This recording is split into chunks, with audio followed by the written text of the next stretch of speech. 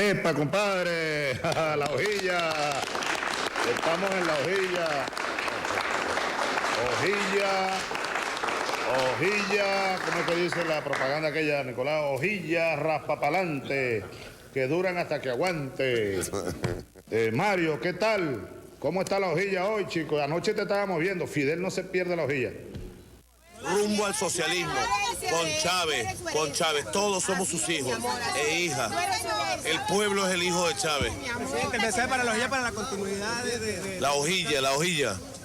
Bueno, la hojilla es el programa más visto de la televisión venezolana, sin lugar a dudas. No lo digo yo, lo dicen los números.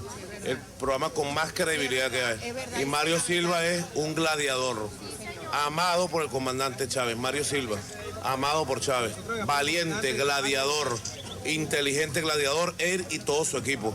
Así que honor a Mario Silva y a su programa La Hojilla, que en vida del comandante Chávez en este planeta, digamos, en vida terrenal, bueno, lo defendió con todo, pues, con todo, con los codos, con las uñas, con la verdad, con todo, siempre lo defendió. Gracias, Mario Silva, gracias, hermano.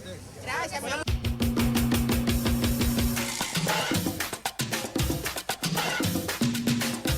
Bueno, yo además de cristiano, yo no soy solo cristiano. Yo soy un revolucionario y también soy marxista. Asumo el marxismo. Revolución es sentido del momento histórico. Es cambiar todo lo que debe ser cambiado. Es igualdad y libertad plena. La respuesta de todos y de todas los patriotas, los que sentimos a la patria hasta en las vísceras, como diría Augusto Mijares, es unidad, lucha, batalla y victoria. Oye, que te quema.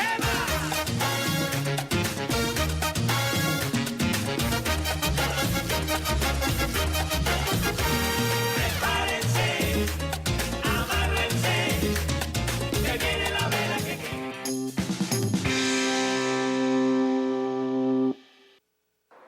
Del 1 de marzo de 2023 hasta el 29 de febrero de este año, el bloqueo causó daños y perjuicios materiales a Cuba en el orden de los 5.056 millones de dólares. Los daños acumulados del bloqueo en estas 6 décadas ascienden a la cifra astronómica de 164.141 millones de dólares. Pero si calculamos ese impacto al valor del oro en el mercado internacional y la depreciación del dólar, los daños acumulados, rigurosamente calculados en estas 6 décadas, alcanzan la cifra de 1.499.710 millones de dólares. Es decir, 1.000.000 de millones de dólares más 499.000 millones de dólares. La Asamblea General de Naciones Unidas vuelve a debatir y a votar la resolución cubana contra el bloqueo estadounidense. En la jornada de este martes, varios oradores representando a diferentes países y organizaciones dentro de la ONU han hecho uso de la palabra para referirse a esta resolución y también a esta política de Washington contra la isla caribeña. Entre las principales ideas que se han manejado en estos discursos está el impacto que tiene el bloqueo sobre el nivel de vida de los cubanos, el daño que ocasiona este nivel de vida. También han hablado sobre la injusticia de que Cuba esté en una lista de países patrocinadores del terrorismo, algo que tiene consecuencias financieras y económicas graves para la isla. También han hecho referencia a que el bloqueo es una política que viola el derecho internacional y muchos incluso han hablado de las relaciones que tienen sus países con Cuba y cómo la nación caribeña los ha ayudado en varios sectores. El proyecto de resolución A/79/L6 queda aprobado.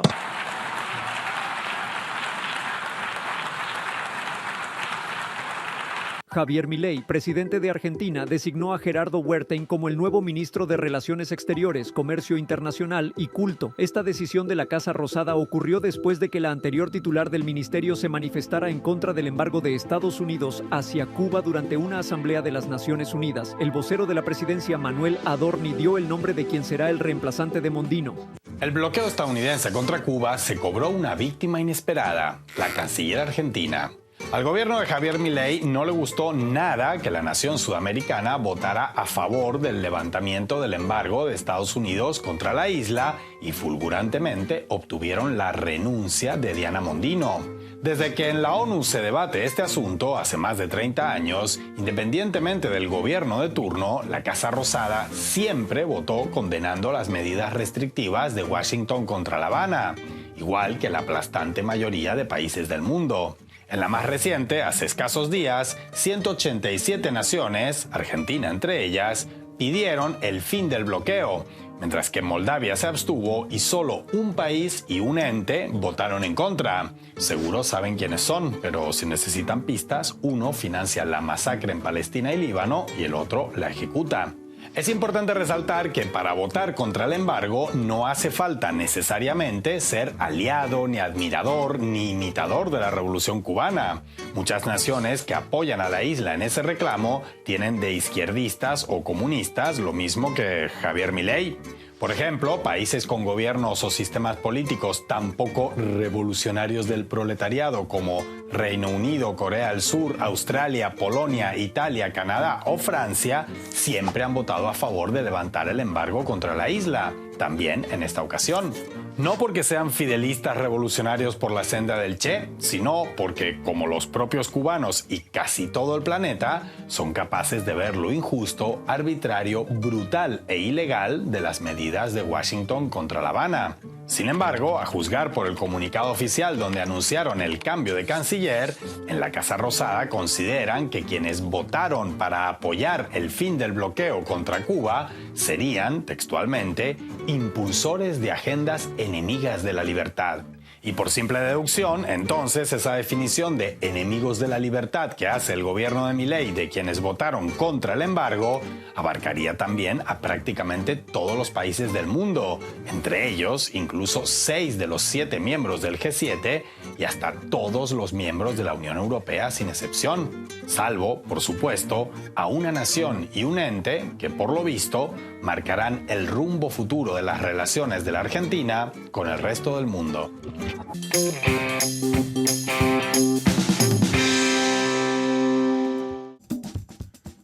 Buenas noches, ¿cómo están todos? Bienvenidos a La Hojilla. Bien, el día 4 y 5, ahora mismo, el día lunes 4, martes 5, se inicia el Foro Internacional Parlamentario Antifascista, también antisionista, ¿ok? Se inicia el día 4 y 5 de noviembre. Ya estamos en movilización. Todos los parlamentarios, empezaron a llegar las delegaciones. Hasta donde llevaba la cuenta, eran más de 300 parlamentarios que van a asistir a este evento. Este evento que se va a dar lugar en Venezuela. Muy importante evento. Bien, comenzamos con la consabida votación anual, en donde la ONU recibe por avalancha una votación unánime en contra del bloqueo. Hay algo que explica Mirko ahí que es verdad.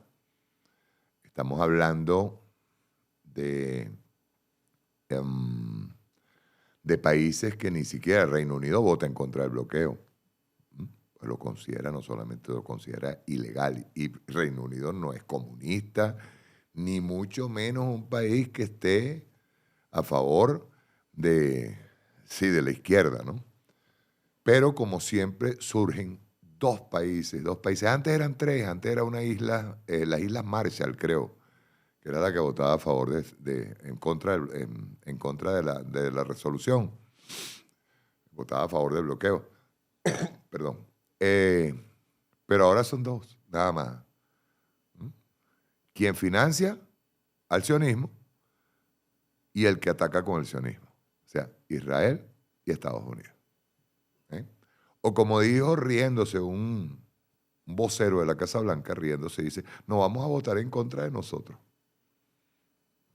Creo que en una sola oportunidad, y creo que fue en el gobierno de Obama, hubo conversaciones y un acercamiento entre el gobierno norteamericano y Cuba, y creo que hubo una abstención por parte de Estados Unidos. Creo que fue en una oportunidad nada más que se hizo esto, ¿no? Pero del resto han sido 6 décadas y pico de bloqueo en contra de la Cuba, la hermana isla de Cuba, el hermano pueblo cubano, y más de 2 billones. Algo tienen los cubanos que sacan las cuentas al pelo, llevan esas cuentas al dedal. Las llevan al dedal, como debe ser, pues. De todo lo que le ha costado a la isla. Afortunadamente, la isla entra en el paraguas del BRICS a partir de este año como socios. Entraron a partir ahora de Kazán. Creo, imagino, no estoy seguro por cómo hicieron el año pasado, será en enero que se hace efectivo ya. Pero ya de por sí, ya Cuba está en el paraguas de los BRICS. Eso es una muy buena noticia. Muy buena noticia a favor de ellos. Mira, aquí está el Foro Parlamentario Mundial Antifascista. Lo tienes acá. Ya nos enviaron por favor, agradezco. Foro Internacional Antifascista. Comienza 4 y 5 de noviembre. Va a ser de interés mundial. De interés mundial. Vamos a estar participando no solamente más de 360 invitados parlamentarios del mundo, también a los que nos toca, como presidente de los grupos de amigos, estamos en recepción permanente de cada uno de los parlamentarios. Yo soy presidente del grupo de amigos con Belarus. Los parlamentarios creo que en Belarus están en un evento similar a este evento parlamentario antifascista, y soy vicepresidente del grupo de amigos con Nepal.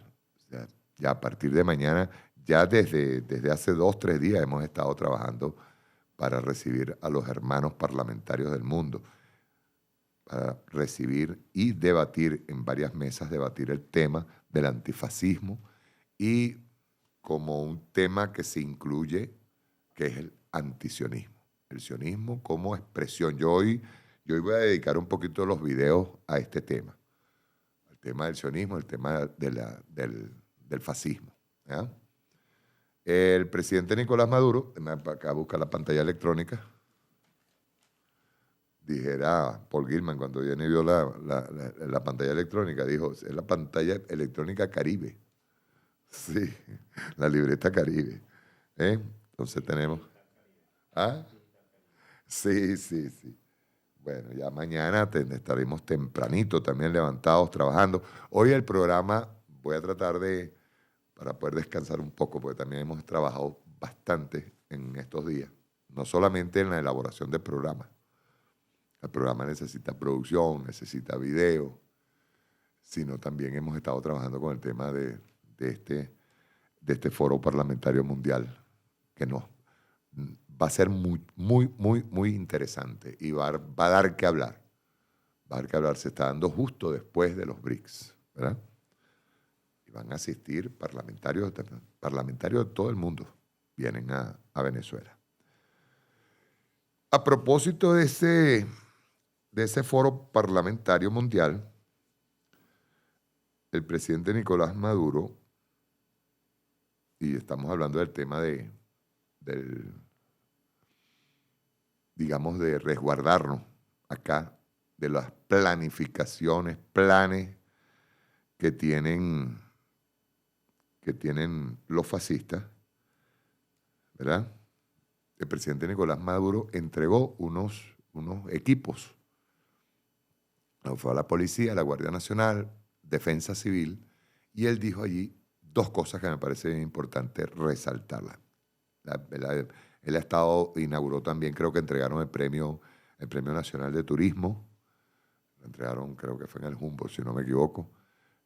Pero es bien interesante porque estamos hablando en la antesala en este momento de lo que viene a ser el foro parlamentario mundial antifascista. Y es bueno que vean los amigos invitados que ya están llegando a Venezuela, que vean de alguna manera cómo nosotros nos preparamos.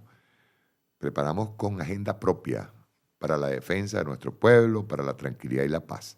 Nadie nos va a arrebatar estas hermosísimas Navidades que ya fueron decretadas desde el mes de octubre, pero nadie nos va a arrebatar esas Navidades. Vamos a ver, a propósito de ese congreso, de ese foro parlamentario mundial. Rueda.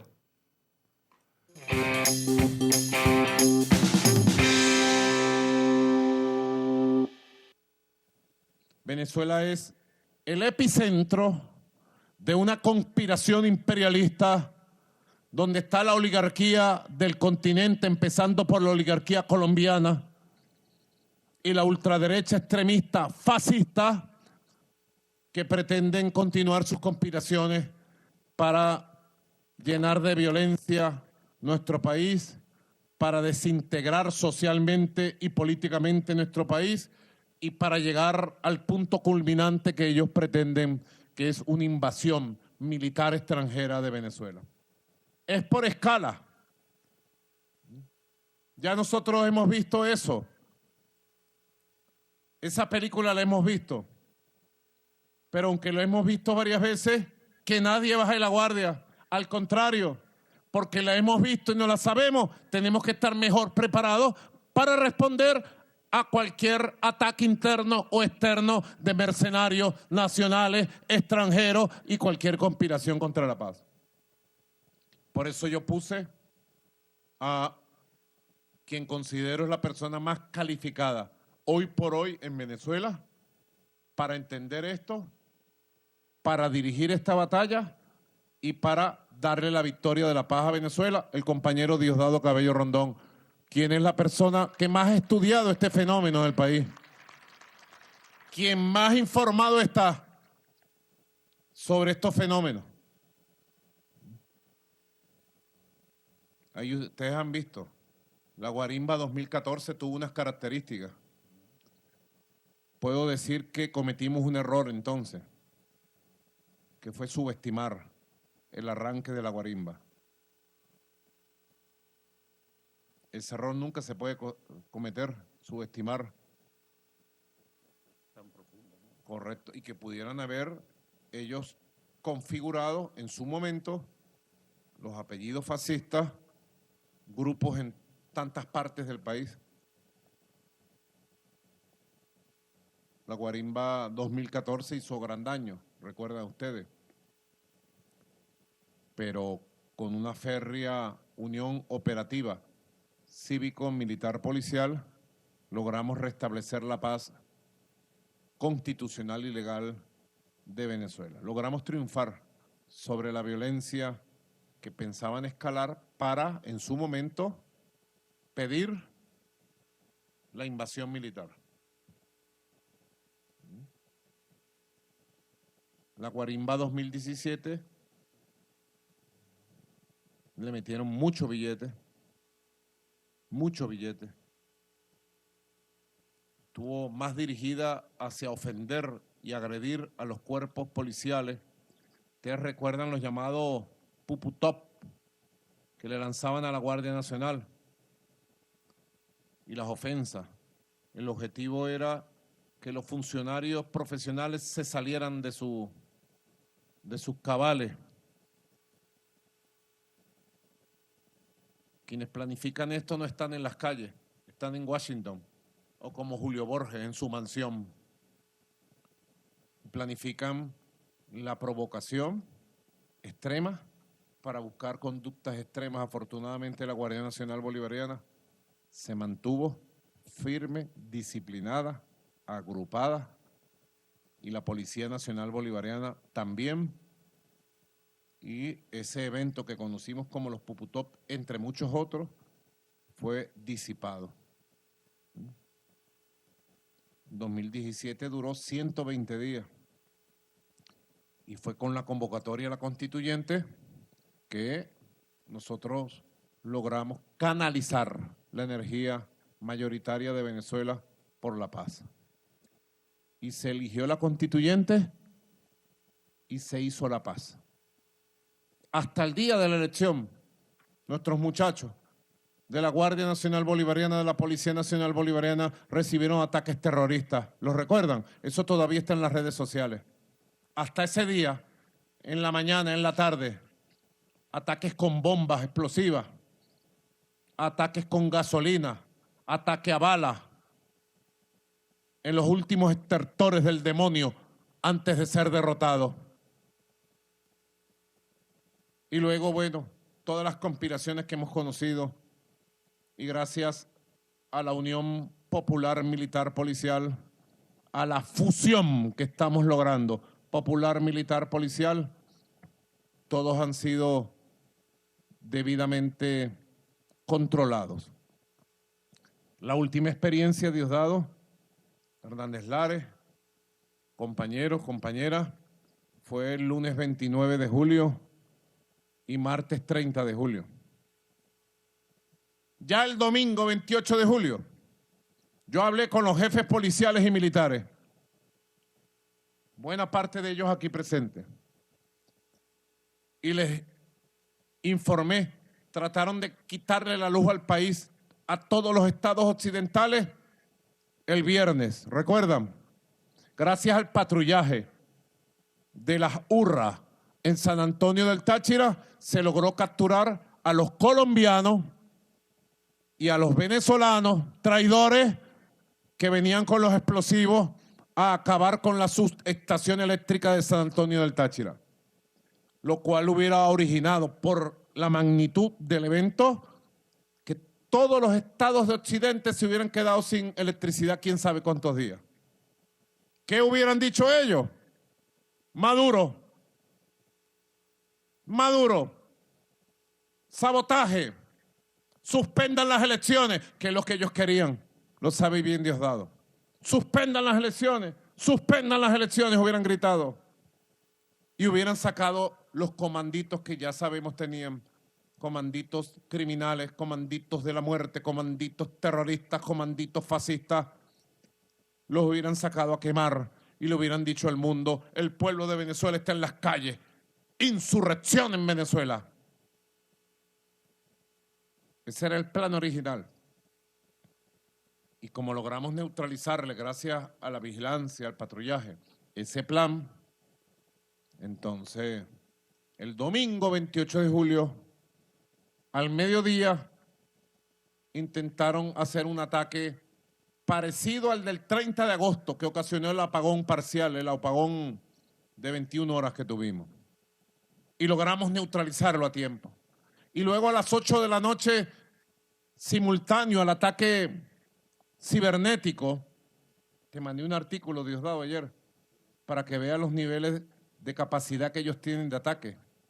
Lo reconocen en un artículo ayer en la revista Wired de los Estados Unidos. Yo se los mandé para que lo difundan a todo el funcionariado, como un periodista investigador también de los cuerpos de inteligencia de Estados Unidos, dice que en el año 2019 ellos hicieron con la NSA y la CIA no sabe qué cantidad de ataques de ciberseguridad contra Venezuela. Simultáneo, el domingo 28 de julio, en la noche, a las 8 de la noche en punto, simultáneo al ataque cibernético a los equipos de transmisión del Consejo Nacional Electoral, hicieron un ataque que pudo haber significado que le quitaran la luz a Venezuela por varios días. El domingo 28 estaba siendo yo informado simultáneamente de 3 eventos. Esto es bueno que se escuche, se escriba, se recuerde, quede para la historia. En la noche ya, 7, 8, 9 de la noche. Por un lado me informaron que estaban pretendiendo asaltar centros electorales en varias partes del país. Yo estaba viendo en vivo el intento de asalto del Liceo Andrés Bello aquí en Caracas, transmitido por CNN en inglés, por Bloomberg y por varias emisoras internacionales. con un grupo de 100 personas que pretendían asaltar el Liceo. Simultáneo el intento de asalto de centros electorales. Simultáneo el ataque cibernético que paralizó el sistema de transmisión del Consejo Nacional Electoral. Y simultáneo me informan que acababan de neutralizar y que estábamos en un hilo a punto de un apagón nacional el sistema eléctrico nacional. ¿Qué querían ellos? Ellos querían generar las condiciones para activar a sus comandos terroristas, a sus famosos comanditos criminales y hacer en el país un desastre de ataques, asaltos, muertes, violencia, que mostrado en el exterior le dieran la facultad para pegar un grito de intervención internacional sobre Venezuela. Logramos neutralizarlo. ¿Gracias a qué? Al plan de seguridad perfecto que tenemos y a la Unión Popular Militar Policial. Porque los asaltos masivos a los centros electorales los evitaron el Plan República. El ataque cibernético fue neutralizado por los profesionales venezolanos. Y el ataque al sistema eléctrico fue neutralizado por la capacidad profesional de los trabajadores de la industria eléctrica venezolana. Ahora no se pararon ahí. Comenzaron a pegar gritos de fraude, replicados por las redes sociales, con mensajes de odio. Comenzó un ataque a todo el liderazgo social y político del país en la base. Millones de mensajes por WhatsApp llegaron de manera particularizada a jefes de VC, jefes de calle, jefes de comunidad, jefes de CLAP, voceros de consejos comunales. Miles de mensajes llegaron a todos los jefes militares del país de manera específica, con datos de su familia, del teniente tal, del capitán tal, del teniente coronel tal. Miles de mensajes llegaron a los jefes policiales del país y a su familia en una operación fascista de intimidación, creyendo que nosotros estamos hechos de cobardía. Y aquí nadie nació el día de los cobardes. Este es un país de valientes y tenemos una policía y una Fuerza Armada Nacional de valientes, de patriotas, decididos, de un pueblo decidido. Pero entonces vimos, ustedes recuerdan, ¿verdad? Está muy fresco. Lunes 29. Y bueno, se movieron los primeros planes de defensa. Se adoptó una nueva táctica que fue exitosa. Y el lunes 29 vimos cómo destrozaron universidades, escuelas, CDI, cómo derrumbaron estatuas. Hasta trataron de derrumbar una estatua de José Gregorio Hernández, nuestro santo del pueblo, de Simón Bolívar. Derrumbaron decenas de estatuas de nuestro amado comandante Hugo Chávez, porque no pudieron hacerle nada en vida y creen que tumbando una estatua le están haciendo algún daño. Y lo que hicieron fue crecerlo en la admiración y en el amor popular. Hasta una estatua del gran cacique Coromoto, que le da el nombre a la Virgen de Coromoto, porque dice la historia que fue el gran cacique Coromoto quien se encontró con la Virgen. Y la Virgen aquí no se llama con otro nombre, no. La Virgen en Venezuela tiene el nombre de un indio, de un gran cacique. Y tumbaron y arrastraron por las calles de Guanare la estatua. Se burlaron, lo pisaron, lo escupieron. Una ofensa grave al patrimonio religioso, al patrimonio histórico y a los recuerdos y la admiración que sentimos por los caciques que dieron su lucha por esta tierra cuando les tocó en su momento. Mataron a 27 personas. Ustedes lo saben. Más de 190 heridos. 90 heridos a bala, a cuchillo y a garrote de los cuerpos policiales y militares. 90 heridos graves de los 190 que tuvimos. Están siendo recuperados paulatinamente. Hay que atender caso por caso. General Estrada, General Santiago. Caso por caso.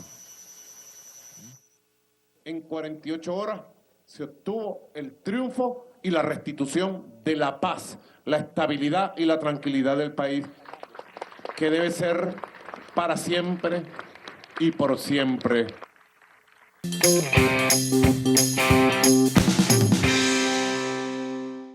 Si nosotros, aquí está.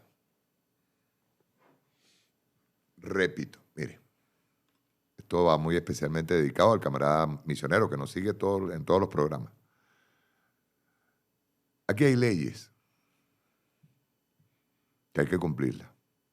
Cuando nosotros llamamos a fortalecer el artículo 130 y el 131, es precisamente para que las leyes actúen, o sea, las leyes nos permitan actuar de manera más rápida, más eficaz. ¿Verdad?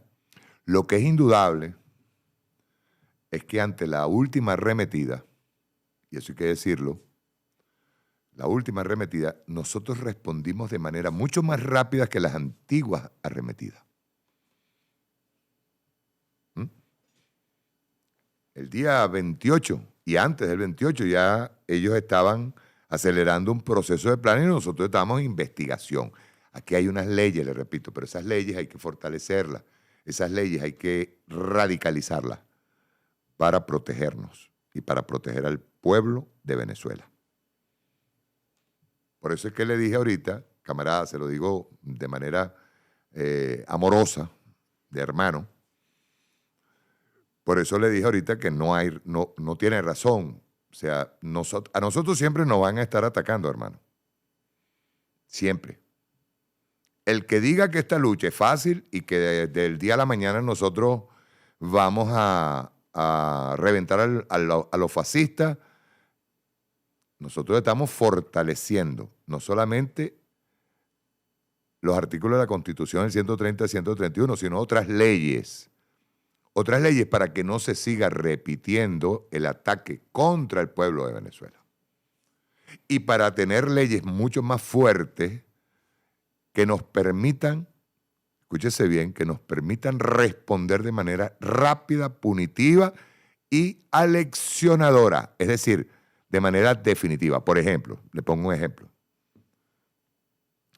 Todos estos señores que tienen organizaciones políticas, que han actuado pidiendo invasiones, pidiendo sanciones, pidiendo medidas coercitivas y actuando de manera terrorista, según lo que nosotros estamos haciendo ahora, tratando de legislar, ¿verdad? Según ese debate que lo llevamos a la calle, de paso. Según ese debate, esos señores no deberían de ir a ningún tipo de elecciones.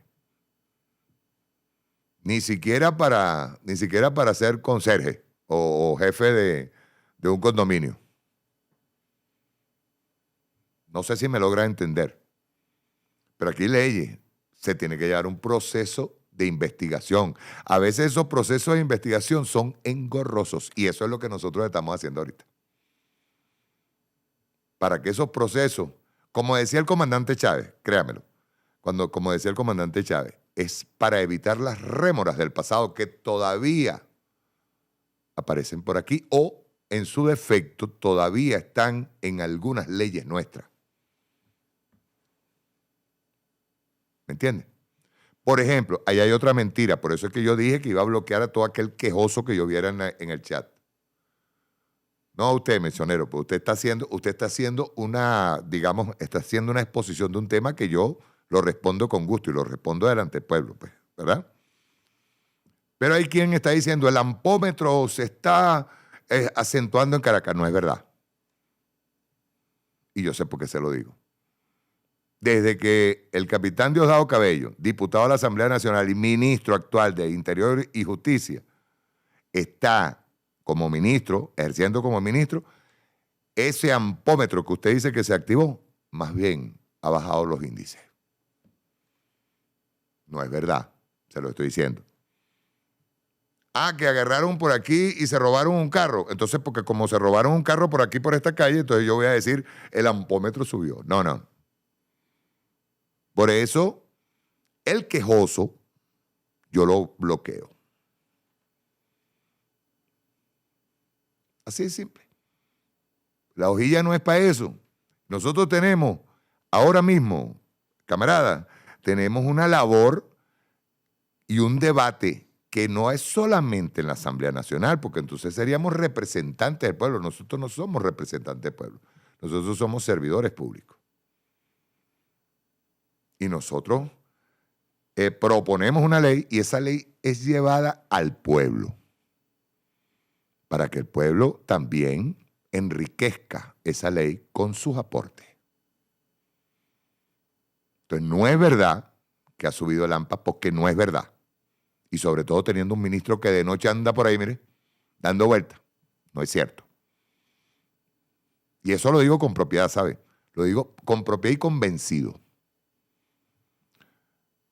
Como tampoco es cierto que nosotros siempre nos van a hacer lo mismo porque nosotros somos ingenuos y no respondemos. ¿No? Tampoco es cierto.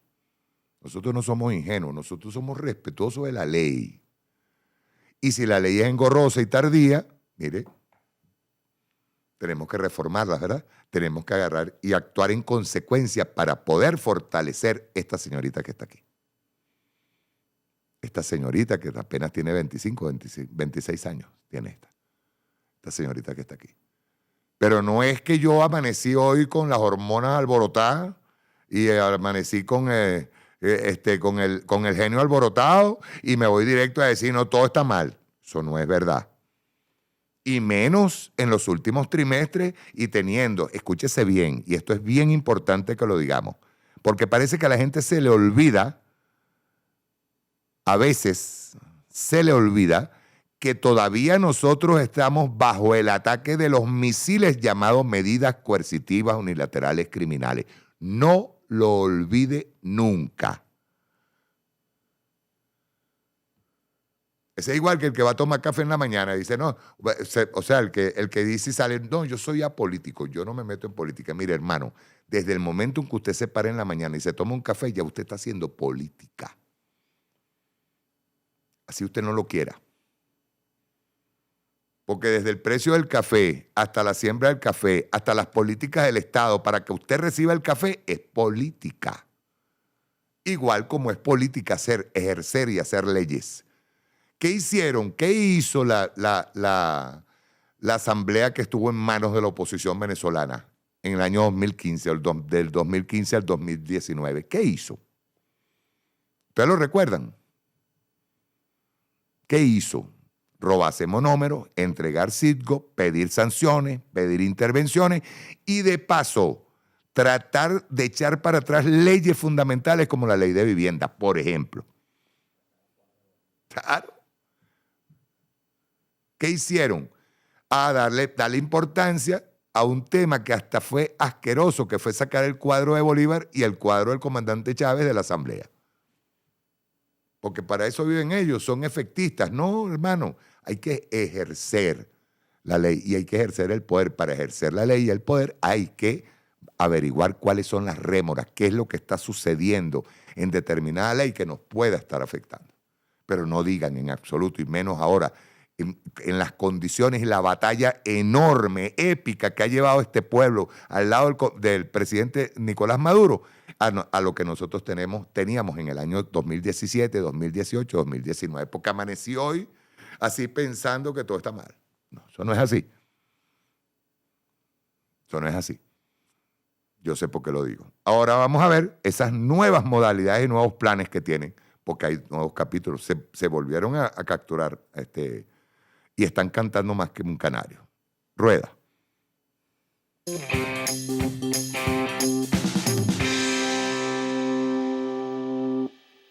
¿Y qué hicieron los cabecillas? Esconderse, no dar la cara. El cabecilla principal ahora es el viejo Gozón que está allá en España. ¿Qué hizo? ¿Dio la cara? ¿Salió a la calle? ¿Huyó? ¿Se escondió? ¿Diosdado? Cuando estaban quemando y matando el 29 y el 30, el viejito Gozón estaba en la embajada de Holanda. Y luego huyó. Tremendo líder, pues. Ahora dice que se va a juramentar. en el exterior. Y la otra, la María Violencia Machado, ¿qué hizo? Huyó también. Huyó, se fue. Ahora anda entre Colombia y Panamá. Allá, dando vueltas entre Colombia y Panamá, buscando reuniones. Que los reciba el presidente de por allá.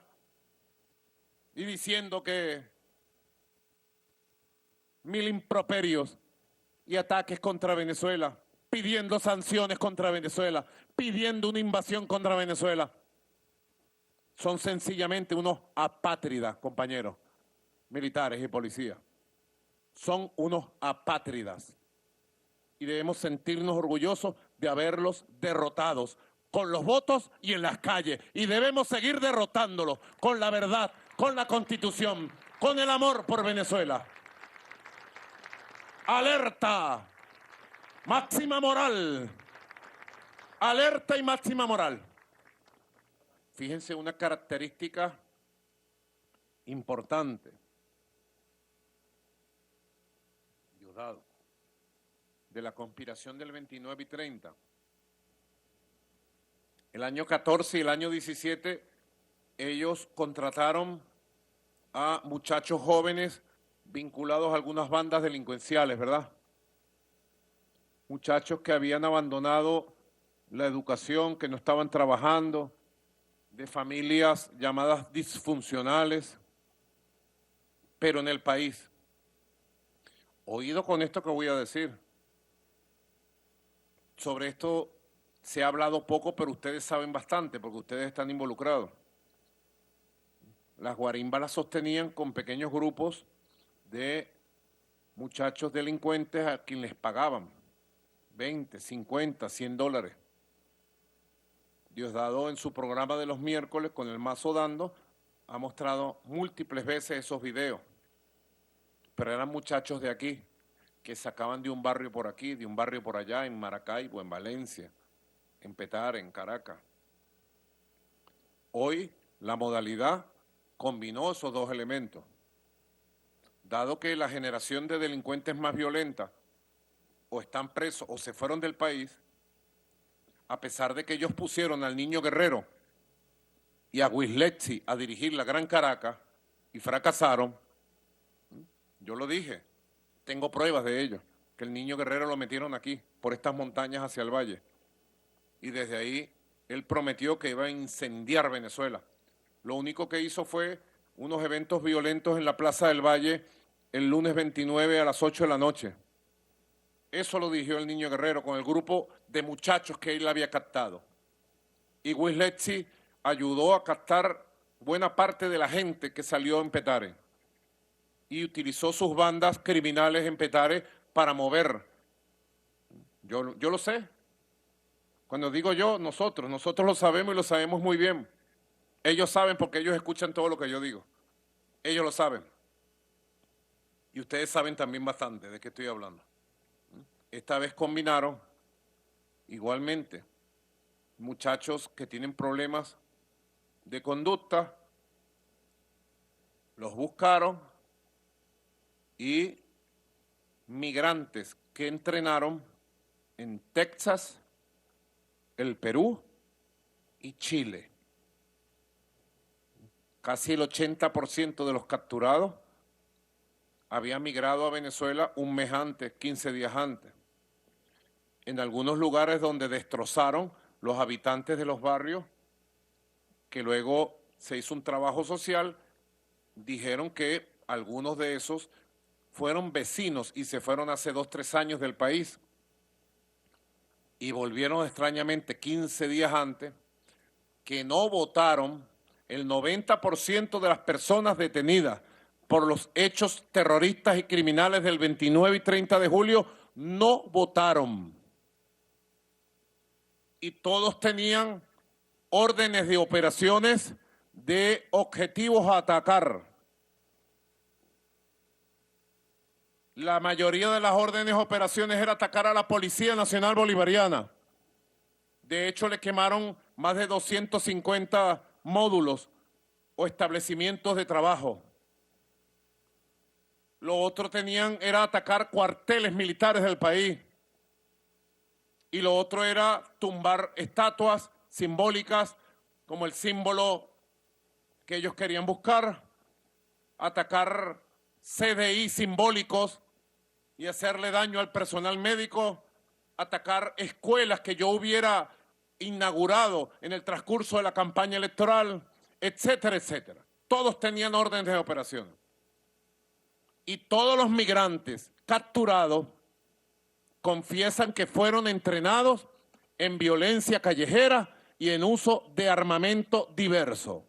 Oído, 29 y 30 de julio. Combinaron dos elementos. Y se movió mucha plata para esos eventos. Pero no contaban con nuestra capacidad, porque subestiman siempre a Venezuela. Y Venezuela ha venido construyendo a través de los cuadrantes de paz, a través de la formación profesional de la UNED, ha venido construyendo un sistema de protección y seguridad ciudadana que ha demostrado su eficiencia y que debe seguir construyéndose hacia adelante. Hoy por hoy, todo el dinero que está invirtiendo la extrema derecha para repetir eventos similares al 29 y 30 de julio van dirigidos a entrenar migrantes venezolanos en el exterior. Sabemos dónde los están entrenando. Fueron capturados recientemente un grupo de mercenarios que iban entrando a Venezuela y han confesado los grupos que están entrenando. Próximamente el ministro Diosdado Cabello Rondón dará detalles de las declaraciones, de las capturas de estos mercenarios que vienen todos desde el exterior y las pruebas de dónde los están entrenando en un lugar de nuestra América. No digo más, porque las investigaciones y el trabajo para llegar hasta la profundidad de esta información está en pleno desarrollo. Así que, como se dice, guerra avisada, guerra ganada, ¿verdad? Entonces, yo estoy seguro, todas nuestras investigaciones y procesos tienen que seguir marchando. El entrenamiento tiene que seguir marchando. Pero yo estoy seguro que nadie, ni nada, ni extrema derecha, ni viejo gozón, ni vieja fascista, ni nadie le quitará las navidades de paz y alegría a Venezuela. Venezuela tendrá sus navidades de paz y alegría.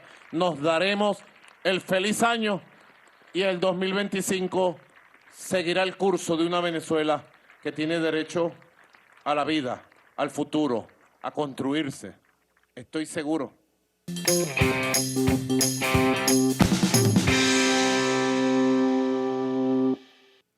Ya estaremos atentos a la rueda de prensa que dé Diosdado próximamente. Ahí se está trabajando. Estamos descubriendo los planes. Se está descubriendo cómo ellos pretenden. Fíjense bien, la misma María Corina Machado, alias La Sayona, está entre Colombia, Panamá, allí, viendo a ver cómo hace y montan otra operación terrorista, esto hay que decirlo, terrorista, para tratar de acabar con la paz en Venezuela. No van a poder. No van a poder. Fíjense, cuando el presidente Nicolás Maduro habla, de que el 90% de los muchachos, a los que dicen los niños, ¿sabe? Los que la oposición ahora le dice niños, aquellos que agredieron, reventaron módulos de policía, reventaron la estatua del indio Coromoto, reventaron las estatuas del comandante Chávez, reventaron todo lo que ellos hicieron. Esos niños lindos, esos bebecitos de teta, ¿verdad? Ajá, ninguno votó. 90% no votaron. Los prepararon, los iban reclutando afuera. Los iban reclutando. Nosotros no tenemos la culpa de que, por ejemplo, en Colombia se esté reclutando personal para tratar de cometer actos terroristas en Venezuela y que ellos no investiguen. Porque también el gobierno colombiano, si dentro del territorio colombiano se están entrenando paracos, paramilitares o sujetos que han sido reclutados y se les está pagando para cometer actos terroristas en Venezuela, debería por lo menos investigar. ¿Sí? Entonces, como siempre, vemos que Petro no habla, no responde, pero vemos a su canciller, me disculpan, tengo que decirlo, vemos a su canciller emitiendo opinión de nuevo a sotovoce. Entonces, está pasando en Colombia lo mismo que pasa en Brasil, que Itamaraty es la que manda. Y hay que averiguar de dónde viene el ciudadano canciller de Colombia. Hay que averiguarlo, hay que ver. El señor viene de haber estado en Estados Unidos. La pregunta de oro. O vamos a plantearnos un caso.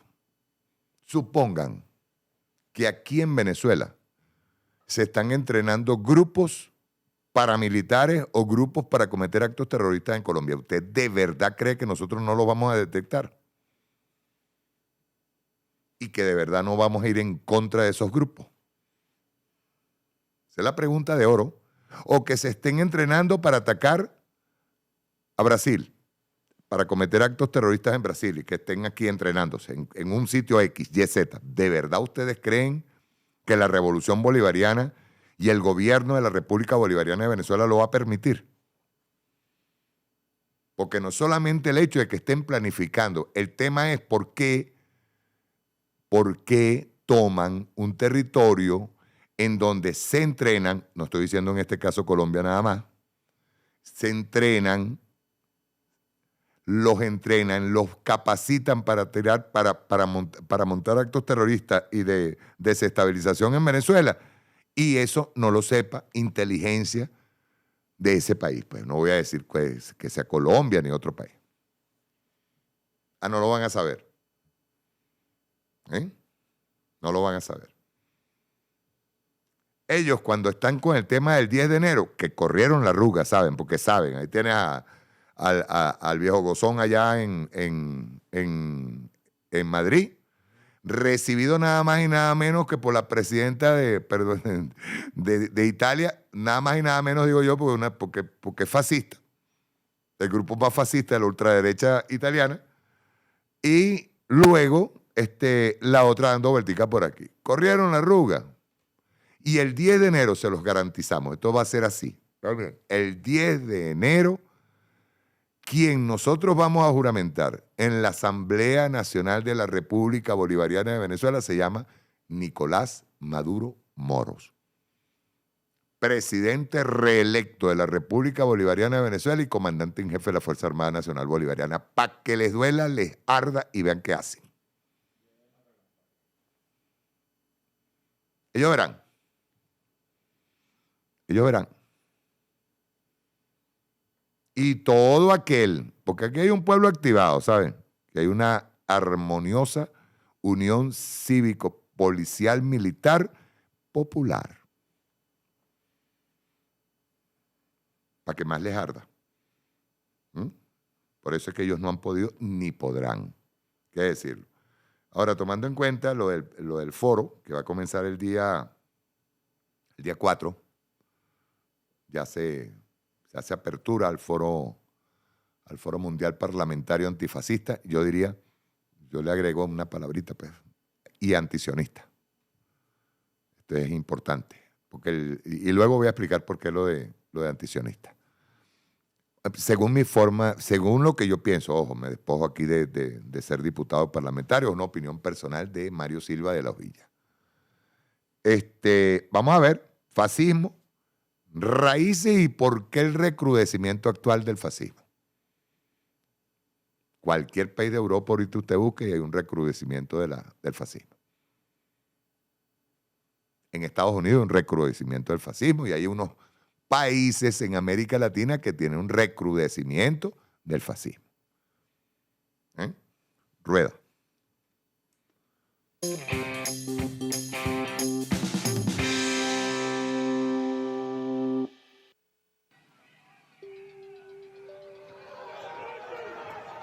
El asalto al Capitolio en Washington parece haber removido muchas conciencias. Por un lado, muchas personas parecen estar tomando conciencia de lo peligrosa que es la extrema derecha, pero por otro ha resurgido el debate de si a estas personas y a este movimiento se les puede calificar como fascistas. Un debate que se extiende mucho más allá del contexto norteamericano porque en Europa, como en otros muchos países del mundo, la nueva extrema derecha está en pleno auge. Pero es una extrema derecha diferente a la que estábamos acostumbrados y por supuesto diferente a la de la primera mitad del siglo XX.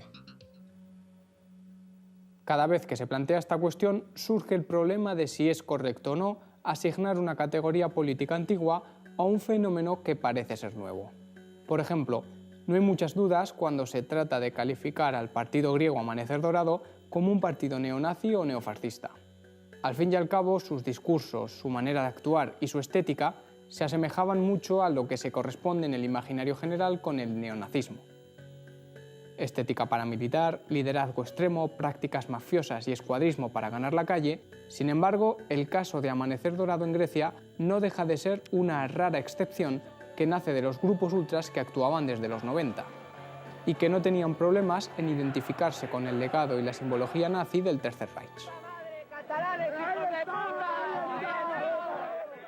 Sin embargo, la mayor parte de las extremas derechas del mundo occidental han virado desde esas posiciones filonazis hacia estrategias mucho más inteligentes. En casi todos los casos exitosos de extrema derecha organizada y con influencia política, vemos cómo se produce una alianza entre los sectores ultraconservadores que han formado parte tradicionalmente del sistema político burgués y los sectores radicalizados abiertamente fascistas o neonazis. A lo largo de las últimas 2 décadas, el panorama ha ido evolucionando y aclarándose desde un mare magnum de pequeños partidos que se odian entre sí hacia un panorama con partidos fuertes que poco a poco van acabando con las divisiones internas de los grupos ultranacionalistas y que precisamente gracias a ese liderazgo consiguen arrastrar a sectores que habían permanecido algo ajenos a sus prácticas.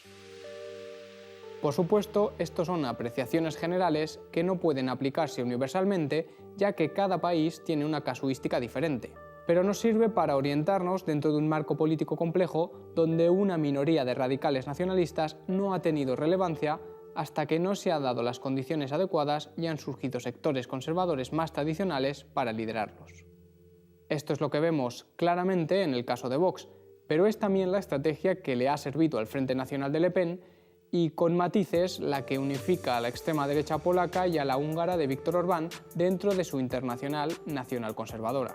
No es que esta extrema derecha se caracterice por ser conservadora, sino por la alianza entre sectores conservadores y extremistas unidos por el nacionalismo. En general, si hay una constante, es que la extrema derecha, para crecer, ha tratado de mejorar su imagen, apareciendo con un semblante más institucional y de respetabilidad. De tal modo que cuando nos asomamos al debate de si estos movimientos políticos de nuestros días pueden ser calificados de fascistas o no, encontramos a grandes rasgos 3 posiciones. Por un lado, una posición algo historicista, que entiende que el fascismo fue un fenómeno político en un contexto histórico concreto y con unas condiciones sociales, económicas y culturales concretas. El fascismo tendría unas líneas acotadas y muy restringidas apegadas a su realidad histórica. Estamos hablando de cuestiones como el influyente papel de la estética, la disciplina y el escuadrismo militar en un contexto tras una gran guerra, pero también del empleo que le daba la oligarquía a estos grupos nacionalistas para combatir el auge del movimiento obrero. Todo ello unido a una hábil política de masas con una capacidad de propaganda inusitada y con especial capacidad para permear en las clases medias. Por tanto, en la medida en que estas condiciones ya han cambiado un siglo después, siempre va a resultar problemático catalogar a algo actual como verdadero fascismo. Por otro lado, existe una visión propagandística que es la que considera apropiado tachar de fascista a todo fenómeno autoritario o nacionalista. Esto es una posición ciertamente transversal que se puede observar en el gatillo fácil que muchas veces se tiene para calificar de fascista a la primera de cambio. Un ejercicio de propaganda al que se han sumado vivamente entre las filas de la derecha y la extrema derecha.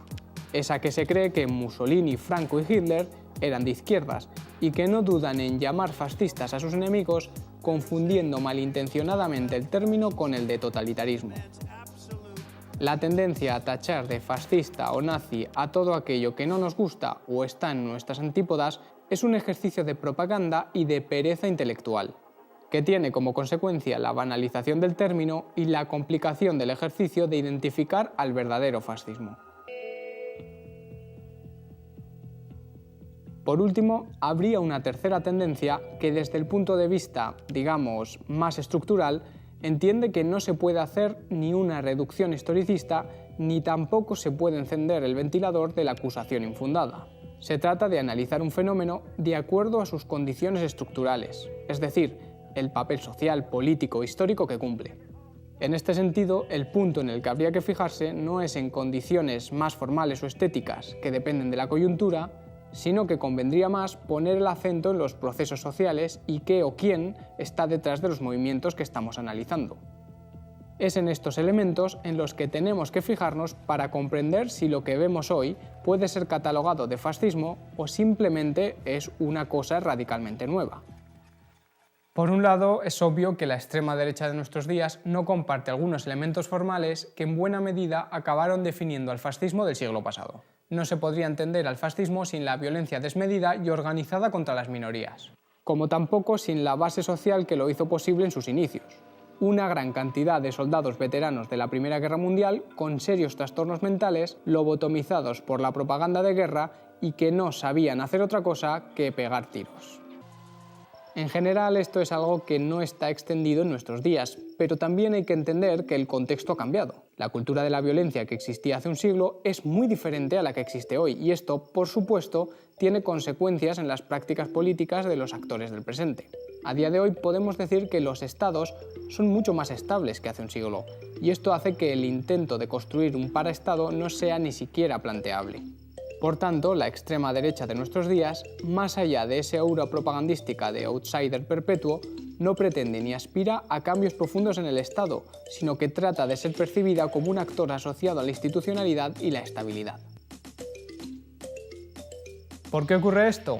Bien, pues la respuesta más sencilla es que a este tipo de movimientos políticos no les interesa vincularse a una idea de cambio profundo, sino más bien a una de regeneración. Bien sea la de la gloria perdida de la nación o a la vuelta al status quo anterior a las crisis de las últimas décadas.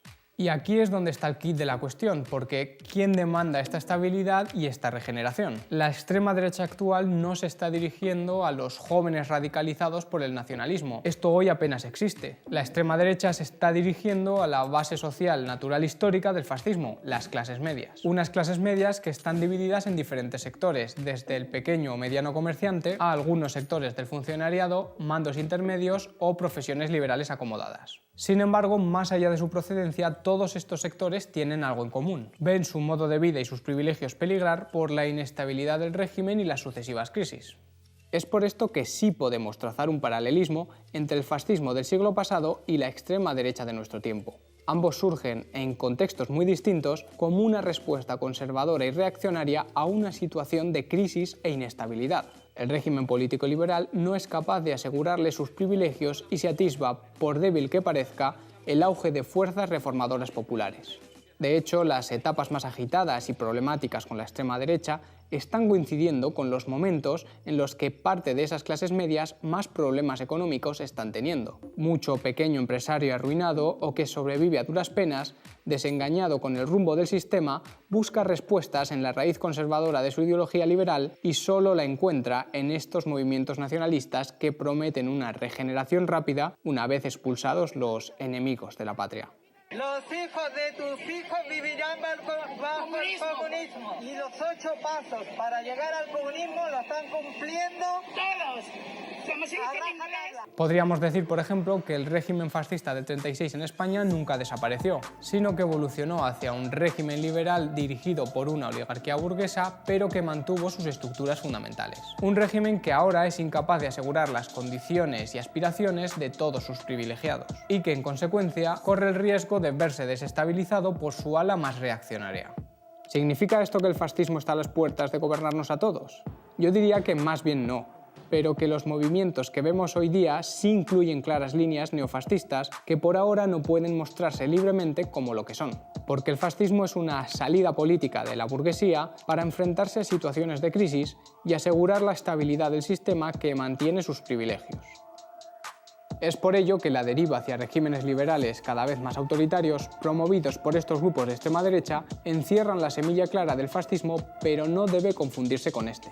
Si la situación de crisis permanece y las clases medias se ven abocadas a cada vez mayores pérdidas de seguridad y bienestar, es inevitable que esta semilla crezca. Y por supuesto, la progresiva polarización social hará que estos sectores se radicalicen frente a una lucha de clases cada vez más agudizada. Por ahora, lo más probable es que veamos a estos grupos integrarse de manera natural en la política liberal, haciendo virar al régimen hacia posiciones cada vez más reaccionarias. Muy lejos de esto, me pregunto si más bien no habría que retomar el espíritu revolucionario y destituyente para cuestionar este sistema de raíz, construir organización popular más allá de lo electoral y luchar contra la injusticia naturalizada en la vida cotidiana y el trabajo. Porque si alguna lección podemos sacar del pasado es que solo el pueblo trabajador organizado puede frenar a esa oscura y reaccionaria fuerza que es el fascismo.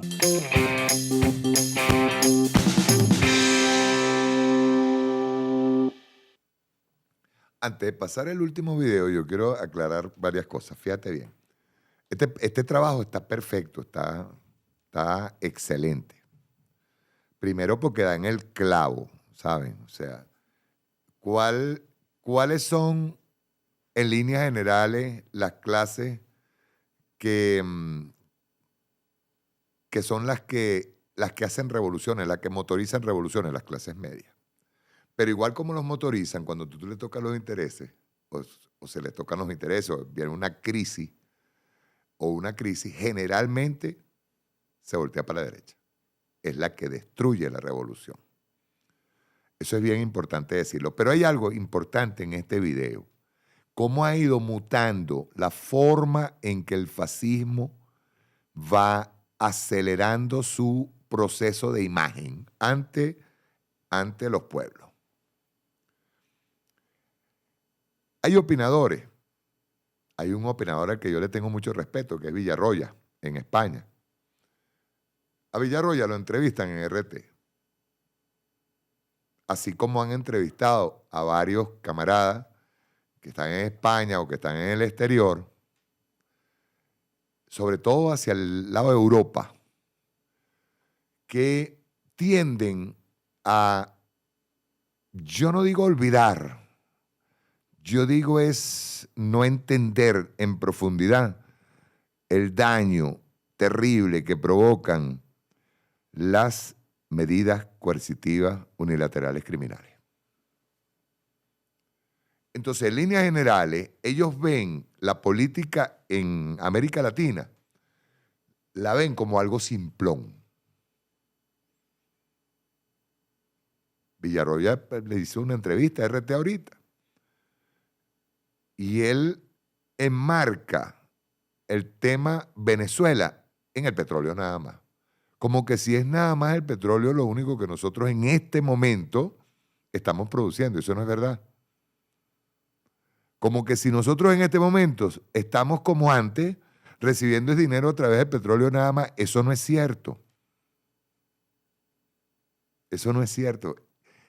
Hay que empezar a estudiar un pelo más en profundidad lo que el presidente Nicolás Maduro está haciendo en materia de economía. Hay que estudiarlo más a profundidad. Pues. ¿Por qué Venezuela está manifestando actualmente un arranque en la economía? Teniendo encima, y eso no hay que olvidarlo nunca, las medidas coercitivas unilaterales criminales. ¿Por qué Venezuela arranca? ¿Por qué Venezuela en este momento es prácticamente libre de no importar comida? ¿Y por qué nosotros en materia de alimentos ya nos estamos autoabasteciendo? Por ejemplo.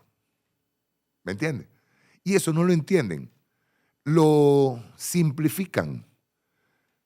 Y eso forma parte de lo que significa la política en Europa. El emborronamiento de la política europea. Que mucha de ella se oculta detrás de esa faz o detrás de ese disfraz fascista. ¿Sabe? Por ejemplo, hay una cosa que dice el camarada que está dando la opinión allí, que está haciendo el análisis. Él dice que es que no ha cambiado la política del año 36, es decir, la de Franco. No ha cambiado. Y es verdad. Es cierto. ¿Ustedes recuerdan cuando yo les presenté que un video de la ventana de Overton? Bueno, es la ventana de Overton, compadre. Es decir, se hizo la transición con complicidad, escúchese bien, complicidad de los Estados Unidos con los partidos de izquierda en España. Y eso luego se supo. La traición de Carrillo, la traición del Partido Comunista Español, la traición del PSOE, la traición de todo lo que era supuestamente de izquierda. Adolfo Suárez, que era un tipo de derecha, que es creo que el primer presidente que tiene España en la era monárquico-democrática, se echa para atrás con el tema de la OTAN. Y Felipillo González llega al poder en España manifestando que España no debía entrar en la OTAN. Y bastó y sobró que el imperialismo norteamericano ajustara unas tuerquitas internas dentro de la política, incluyendo los partidos de izquierda españoles, para que después de electo Felipe González, entonces se tiraran una campaña por el sí del ingreso de España a la OTAN. Esa es una manera de disfrazar.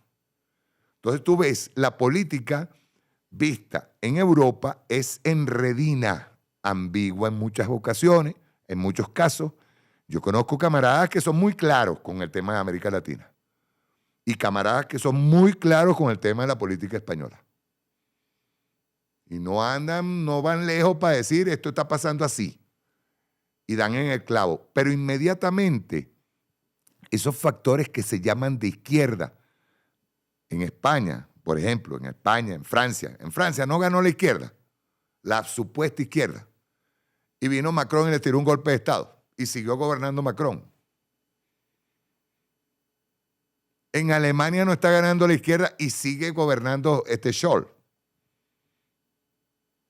sea, hay que empezar a ver, a darle vueltica a la cabeza. ¿Por qué, digamos, apoyados por los grandes medios de comunicación, por ese bombardeo masivo que tiene la gente, todavía hoy, incluso cuando hay una política de izquierda definida que pueda tomar el poder en Europa, primero la descalifican, luego la arrastran y al final la domestican? Entonces vemos opiniones de camaradas muy respetables, caso de Villarroya es uno, que ven hacia Venezuela como una cosa simple. O sea, no, aquí esto lo que pasa es que está la Chevron. No, espérate un momentico, esto no es verdad. Ah, que la Chevron firmó una, sí firmó. Y tuvo que pedirle permiso a su amo. Pero aquí, si la Chevron se lleva petróleo, tiene que pagar. Es una inversión. Igual como cuando vengan los rusos, vengan los chinos, vengan los iraníes, venga quien venga a invertir aquí, igualito van a pagar. Porque es una inversión, y es una inversión que nosotros la llamamos. ¿Eso nos simplifica? No. Eso nos fortalece económicamente.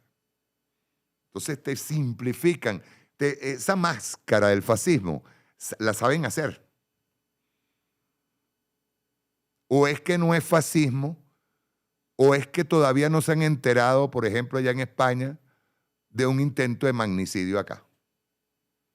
O es que no se han enterado en España de un intento de invasión en donde participaron marines gringos. O no es un intento, o no es fascismo en el momento en que se captura a un tipo que es un activo del ejército de los Estados Unidos. O no es fascismo a todos estos que han ido agarrando y que provocan actos terroristas en contra de los servicios públicos, en contra de la gente, haciéndole daño a la gente. O, en su efecto, no es fascismo, con este que se mató en un accidente en Apure. Hay un Edwin, no recuerdo el nombre, que se mata en un accidente y aquí mucha gente agarró y acusó directamente, no solamente aquí, sino desde España, acusaron de que el gobierno vino, que bueno, que casi el presidente Nicolás Maduro fue allá y mató y desapareció a la persona. No, la persona se murió en un accidente. Pero ese daño que hicieron en contra de la República Bolivariana de Venezuela no se revierte, porque ellos cuando ven que todo lo que dijeron es mentira, se hacen los locos, no dicen más nada. Por eso es que Diosdado dijo, todo aquel que dijo que eso fue un atentado y que el Estado venezolano mató a esa persona que murió en un accidente, tiene que venir a enseñar. Y que dijeron que habían testigos, tienen que buscar los testigos y ponerlos ahí.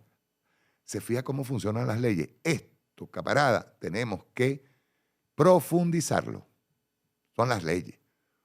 Y estas actividades, estas actitudes fascistas, hay que atacarlas. Nosotros no podemos permitir bajo ningún punto de vista ninguna acción fascista ni terrorista aquí en el país. Pero tenemos que, le repito a la gente que anda preocupada, tenemos que fortalecer el 130, 131 y las leyes electorales, la penal. Hay que empezar a ¿cómo se llama? A fortalecer las leyes, hacerlas más, digamos, que la reacción sea rápida y no engorrosa. Lo que decía, repito, el comandante Hugo Chávez, las rémoras del pasado todavía las tenemos por ahí en las leyes. Pero el fascismo, está ahí. Ahora vamos a ver qué es sionismo. Y de ahí va a venir un comentario final del programa. Vamos a ver la próxima, que es fascismo y sionismo, similitudes. Rueda.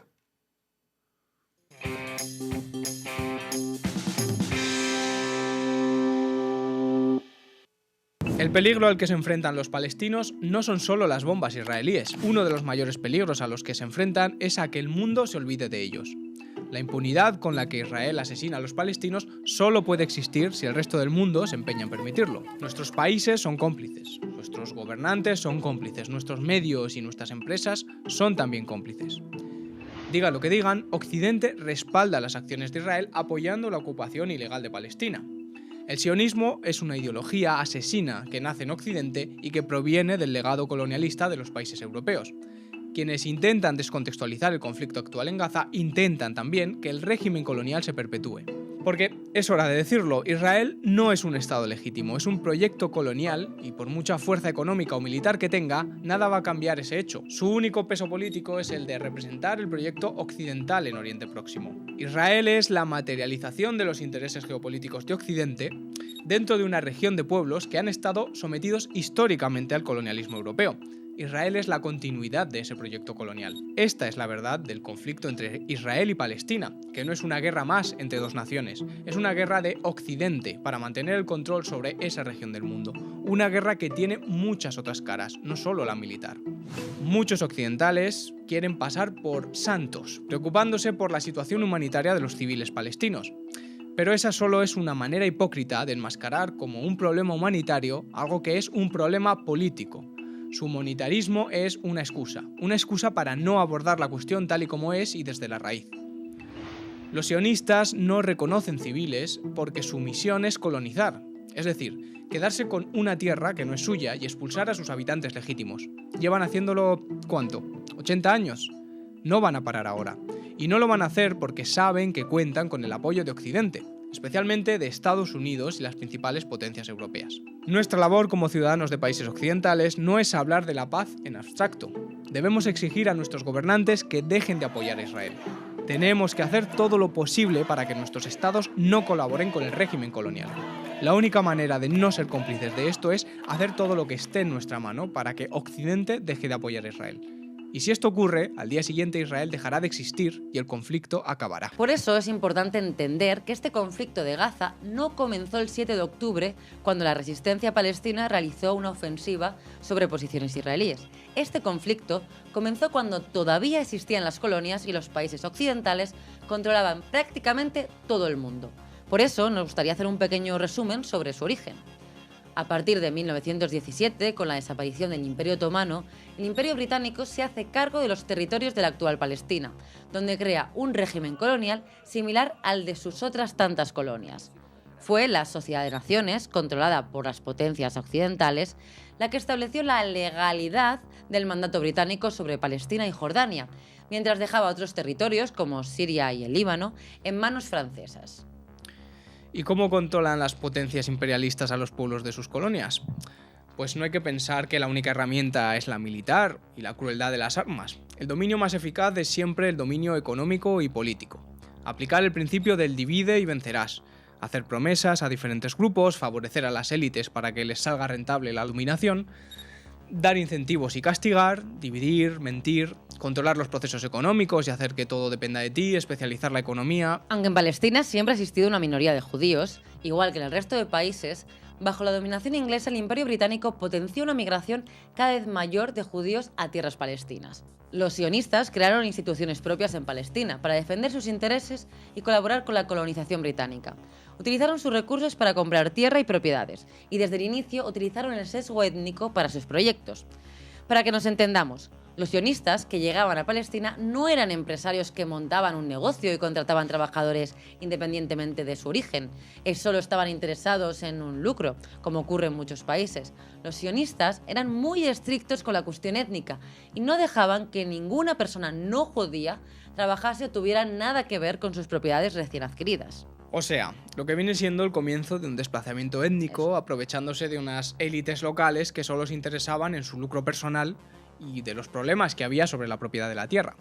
Los sionistas utilizaron sus recursos provenientes de Occidente para ir acumulando tierra y propiedades. Fundaron pueblos, los famosos kibutz, y poco a poco fueron desplazando a la población local en muchas zonas. Y eso, pues inevitablemente llevó a un conflicto político entre árabes y judíos. Vamos, lo normal cuando básicamente tratan de echarte de tu tierra, te quitan la posibilidad de trabajar y se van quedando con todo lo que hasta ese momento era tuyo. Ya desde los años 20 se crearon las primeras organizaciones armadas sionistas que pretendían sembrar el terror usando la violencia contra los palestinos, bajo la excusa de defender a los judíos. Desde el inicio, grupos como la Haganah o Irgun fueron de carácter paramilitar y sus acciones fueron las propias de grupos terroristas dedicados a sembrar el odio entre etnias. Este problema solo se acrecentó con el tiempo, dado que la migración judía fue cada vez más intensa. En Europa, el ascenso del fascismo y el nazismo, así como el antisemitismo en general, propiciaron la emigración judía hacia territorio palestino, donde las comunidades sionistas llevaban décadas sembrando el terror para acogerles. Esto, por supuesto, supuso cada vez una mayor conflictividad y el arrinconamiento progresivo de la población árabe, que estalló en una gran revuelta en 1937. Hay que decir que todo este proceso donde se dio inicio a la colonización sionista de Palestina fue algo auspiciado por el propio Imperio Británico. No se preocuparon por ocultarlo. El dominio colonial británico sobre Palestina declaraba explícitamente desde la Declaración de Balfour que este servía como hogar para los judíos. Por tanto, lo que hay que entender es que la colonización británica de Palestina se realizó precisamente utilizando a la población judía como herramienta colonial. El sionismo fue el marco ideológico que lo posibilitó, pero en esencia fue el Imperio Británico el que creó este orden colonial que todavía perdura. Británicos y sionistas no siempre tuvieron la misma opinión sobre cómo debía hacerse aquello, pero a efectos prácticos el proyecto sionista nunca hubiera sido posible sin el amparo y el apoyo activo del Imperio Británico. Al final, simplemente el Imperio Británico abandonó la región, pero dejando a la entidad sionista de reciente creación, llamada Israel, cumpliendo el mismo papel colonial que había cumplido el Imperio anteriormente. El resultado es bien conocido. En 1948 comienza la Nakba y más de 700.000 palestinos fueron expulsados de sus tierras y sus casas, proceso que dura hasta nuestros días con más de 6 millones de desplazados. El segundo gran mito, que suele decirse cuando se habla del conflicto palestino y que es muy habitual en la propaganda occidental, es la idea de que Israel es la única democracia de la región. Todo esto viene asociado a la idea de que Israel es lo más parecido a un país occidental, donde sus instituciones son las propias de una democracia liberal. Existe la pluralidad política, tolerancia, derechos humanos. Vamos, en general es la forma de decir que son los únicos buenos en la región, en contraposición a sus vecinos musulmanes, cuyo sistema político no es democrático, son fanáticos religiosos y por tanto no respetan los derechos humanos y son unos intolerantes. A mí este es uno de los mitos que más me enfadan, ¿no? Porque lo que hacen los medios de comunicación, los políticos y en general todo el discurso occidental sobre Israel, lavando su imagen, es vergonzoso y va contra toda dignidad. Desde luego es una visión racista de lo que es el mundo musulmán, pero es que en el fondo tratan de hacer este juego de manos discursivo para justificar que al final los palestinos pues se merecen lo que les hace Israel. Para empezar, Israel no es un estado democrático, es un estado étnico que fundamenta su existencia en la violencia y la dominación de una etnia religiosa sobre otra. ¿Hay palestinos con derechos políticos en Israel? Sí, una pequeña parte que vive dentro del territorio que controla Israel, pero son musulmanes que deben aceptarse ser ciudadanos de segunda, discriminados en un estado étnico, hecho por judíos y para los judíos. El sionismo ha creado un aparato estatal que haría las delicias de cualquier otro ultranacionalismo de extrema derecha. Y todo ello sin contar a los palestinos sin ciudadanía israelí, los que viven en Gaza, Cisjordania y también los desplazados en otros países. Son ciudadanos cuya nacionalidad palestina les ha sido negada. En concreto, en Gaza y Cisjordania, los palestinos no tienen ningún derecho. Viven en una situación de apartheid donde lo que pueden hacer es trabajar para enriquecer al empresario sionista de turno. Un habitante palestino en Cisjordania no tiene ningún derecho frente a un ciudadano colono israelí. No tienen igualdad ante la ley. Existen leyes que discriminan favorablemente a los colonos frente a los habitantes autóctonos, por no hablar de la violencia constante que sufren, que les echan de sus casas para crear nuevos asentamientos sionistas, y la distribución de las zonas habitadas palestinas entre las que no existe la libertad de movimiento. El Estado de Israel es un Estado racista que perpetúa un modelo racista del que se benefician por un lado las élites económicas sionistas y también la ciudadanía colona a costa de la población musulmana. Esto es importante entenderlo. Por eso resulta vergonzoso que desde la propaganda occidental se intente dar la visión de que Israel es una democracia ejemplar, cuando constituye el sistema de discriminación étnica más avanzado del mundo. En Israel existen derechos humanos y políticos, sí, por supuesto, pero solo si no eres palestino. Y al final, toda esta propaganda acerca de lo bueno que es Israel no es más que la reedición de la histórica justificación que daban los europeos para la colonización, ¿no? Aquello de que a estos pobres pueblos atrasados hay que ir a llevarles la civilización. Nosotros somos la cumbre de la humanidad y tenemos el derecho y el deber de civilizar el mundo. Estas cosas que se decían, ¿no? Una excusa que se dio para la colonización en el siglo XIX y que sigue vigente bajo diferentes formas y, en el caso de Israel, para justificar, en nombre de la democracia y los supuestos derechos civiles, ese régimen colonial. El tercer mantra del que queremos hablar es ese que pretende justificar a Israel diciendo que los palestinos son criminales y asesinos.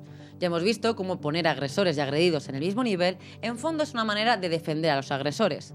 Dentro de un proceso colonial como es el que está desarrollando Israel, rasgarse las vestiduras por la violencia ejercida por la resistencia palestina mientras llevan 80 años masacrando y desplazando a la población originaria no deja de ser una forma de justificar al sionismo. Esto es algo que ayuda a calmar la conciencia de mucha gente. No importa que se esté perpetrando un genocidio y que al pueblo palestino se le esté expulsando de su propia tierra. No importa porque como los palestinos también son malos y para defenderse pues usan bombas y pistolas, pues ya todos son iguales, ¿no? Pero no, nunca es lo mismo usar la violencia para cometer una injusticia que para defenderse de ella. Y esto es algo que debe tener claro todo el mundo.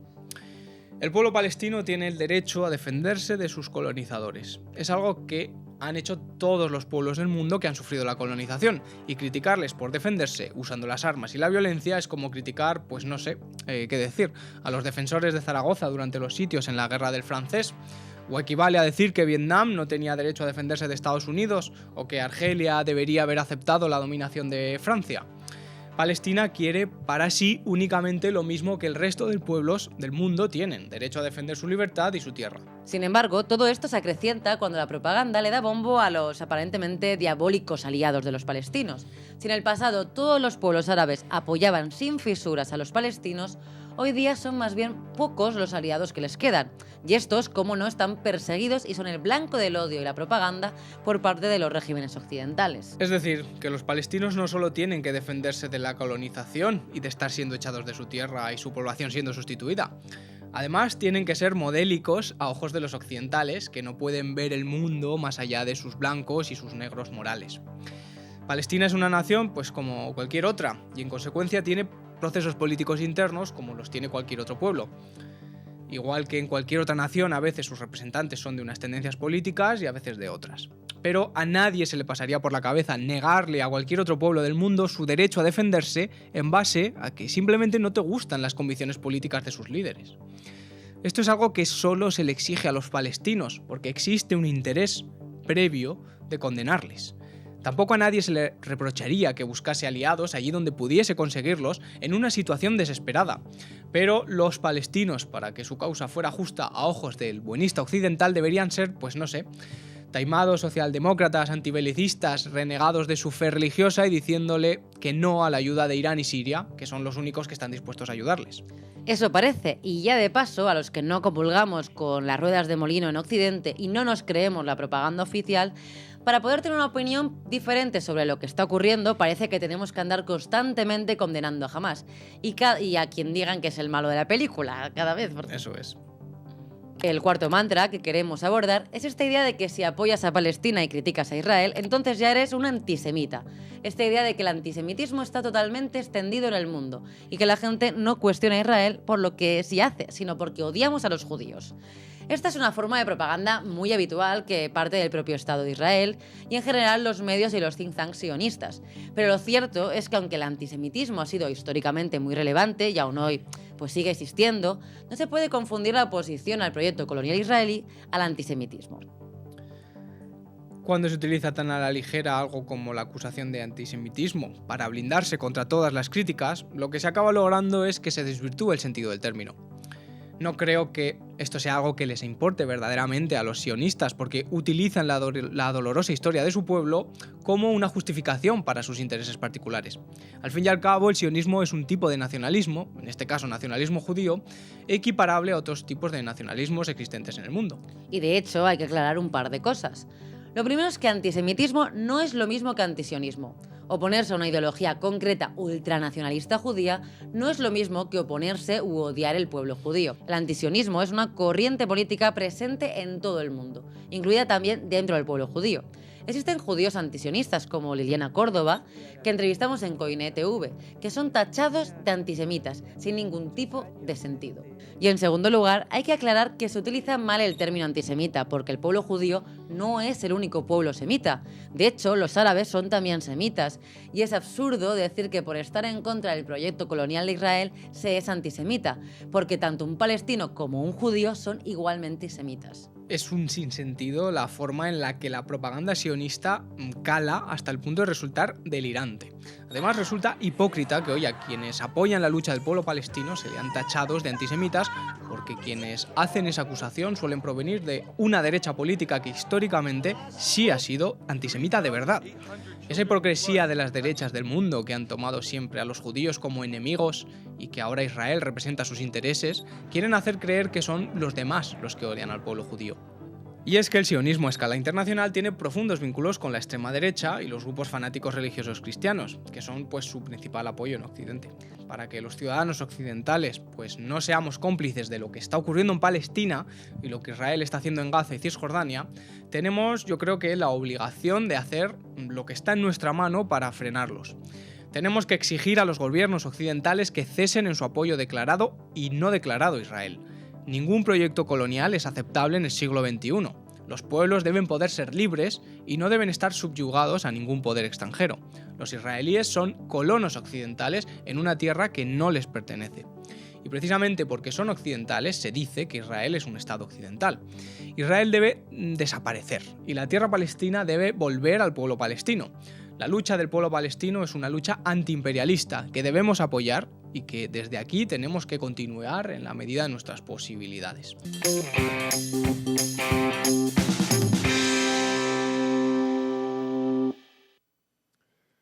Fíjense, similitudes. Vean las similitudes entre el sionismo, entre Netanyahu y Hitler. Hay totalmente similitudes por todos lados. Este último año, 2023, 2024, desde el 7 de octubre del 2023 al día de hoy, vean la cifra. Hay una doctora que dice que probablemente hayan, porque están desaparecidos, más de 20.000 niños, aparte de los niños que han muerto en los bombardeos a Gaza. Pero hay más de 20.000 niños sepultados en los escombros. Y este psicópata, genocida, llamado Netanyahu, hace lo que le da la gana. ¿Por qué yo digo que no solamente este es un debate antifascista, sino antisionista? Porque a quienes hablan, cuando se habla del sionismo, que arrancó a finales del siglo XIX y en 1917 se conforma con el Tratado de Balfour, con el Reino Unido como su protector del sionismo. La gente cree que el sionismo solamente es un fenómeno que se da en Gaza. Y no es verdad. En Gaza se está dando el horror, el sionismo abiertamente genocida.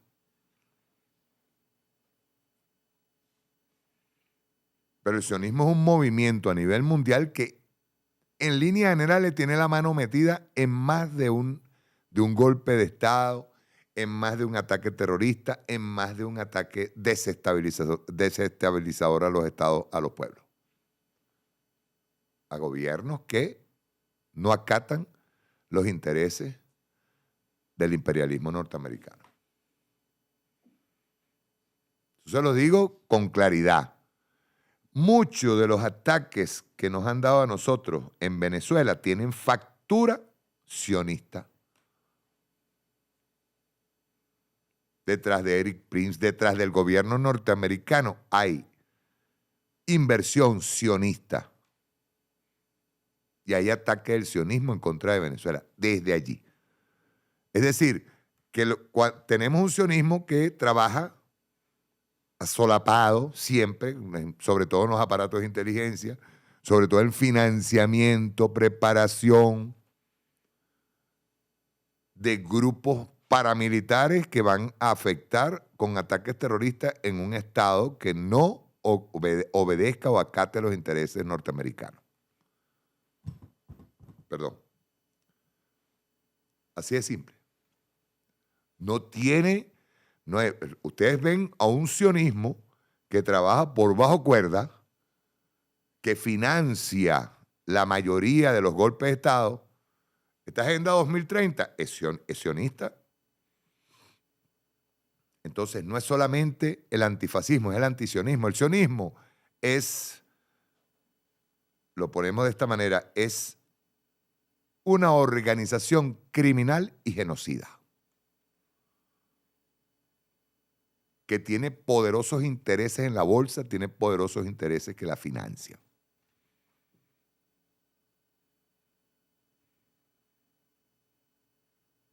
Y su similitud con el fascismo va más allá incluso en lo agresivo y lo criminal que el mismísimo fascismo, que ya es decir, que el fascismo no solamente es una corriente que nace en Italia, no, es una corriente que la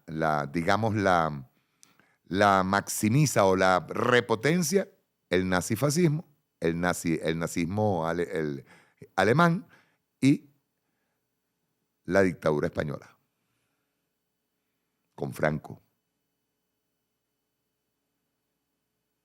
O sea, no es solamente antifascismo. En este momento hay un clamor mundial, porque muchos países expresan su solidaridad con Palestina, reclaman el cese absoluto del fuego y detener ese genocidio sionista, sino que al mismo tiempo, como en el caso de España, buenas son, intenciones no empreñan. Es muy bonito que se declare el Estado español contra la agresión, o en su efecto la misma Naciones Unidas, que Guterres hable sobre eso, pero no se haga nada por detener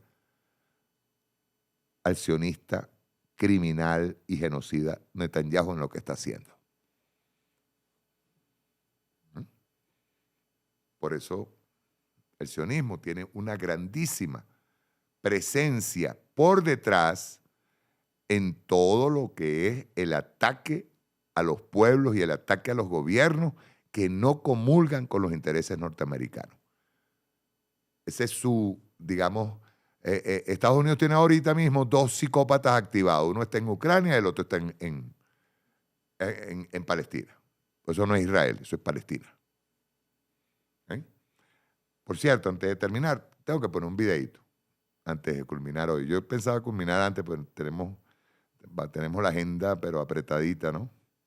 Pero quiero poner este video porque Mirko hizo una buena, Mirko de Ahí Les Va, hizo una muy buena, un buen análisis de lo que fue la posición de Brasil o de Itamaraty en los BRICS. Vamos a verlo. Rueda.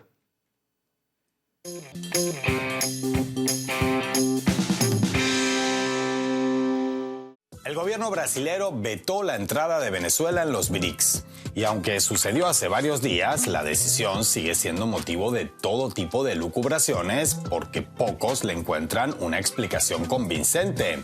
Empezando por la propia Brasilia, que ha cambiado tantas veces de versión que con cada aclaración oscurece un poco más. Pocos días antes del encuentro, que tuvo lugar en Kazán, Rusia, el gobierno de Lula da Silva anunció que el presidente brasilero había tenido un accidente doméstico y no podría asistir al evento. Lula participaría por videoconferencia y en su lugar asistiría a la ciudad rusa su canciller, Mauro Vieira. Un accidente que más de uno mencionaría ácidamente una vez concluida la cumbre. Pero no nos adelantemos, porque en este video hay mucho que contar y todavía más que analizar. Ahí les va.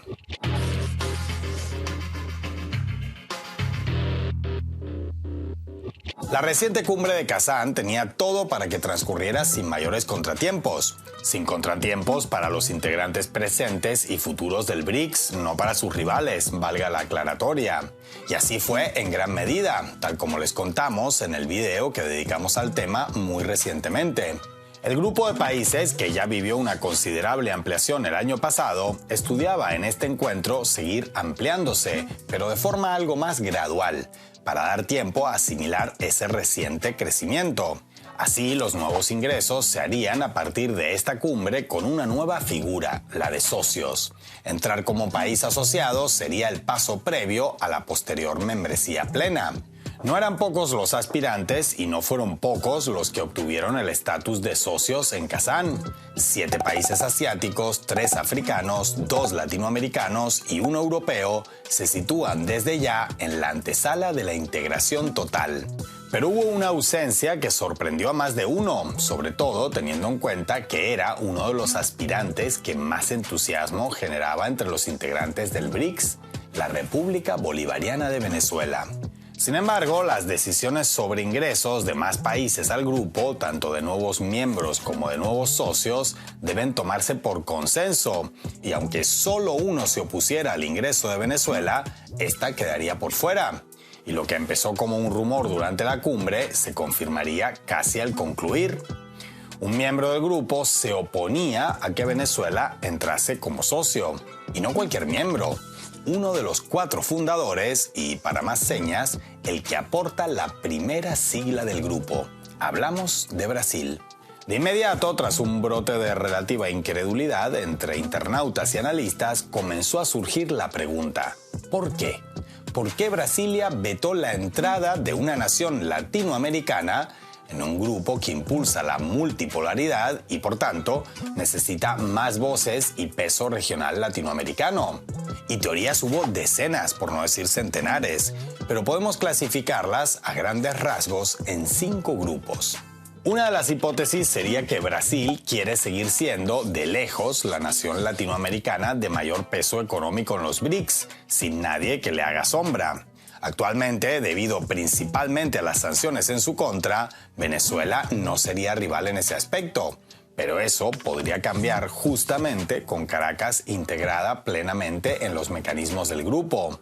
De ser cierta esta hipótesis, las autoridades brasileras tendrían un concepto bastante peculiar de multipolaridad e integración regional, Pero bueno, no sería la primera disonancia entre discurso y acción en la historia de la geopolítica. Otra teoría en una línea similar apunta a que la decisión de Brasilia es política de Estado y va mucho más allá de los BRICS. Según este enfoque, regionalmente, Brasil tendería a comportarse de una forma semi-imperial, guiado por una cancillería que sería de facto la más pura expresión de un Estado profundamente ligado a Washington, con tal convencimiento que siguen sus lineamientos sin necesidad de ser presionados para hacerlo. Pocas veces Itamaraty, el edificio sede de la Cancillería brasilera, fue tan mencionado a nivel global en tan poco tiempo como en estos días. Por supuesto, en lugar de una vocación natural a imitar al Departamento de Estado, muchos ven en la decisión de Lula fuertes presiones desde Estados Unidos en este caso concreto. De acuerdo a ese enfoque, desde Washington podrían medio tolerar que Brasil juegue a la multipolaridad con chinos y rusos en su grupito de amigos de los BRICS, pero no que le den balones de oxígeno a archirrivales de la Casa Blanca como Venezuela. Sin embargo, no está de más recordar que el año pasado Brasilia no vetó el ingreso nada más y nada menos que de Irán a la organización. Y cuesta creer que esos días el teléfono del despacho Oval estuviera estropeado.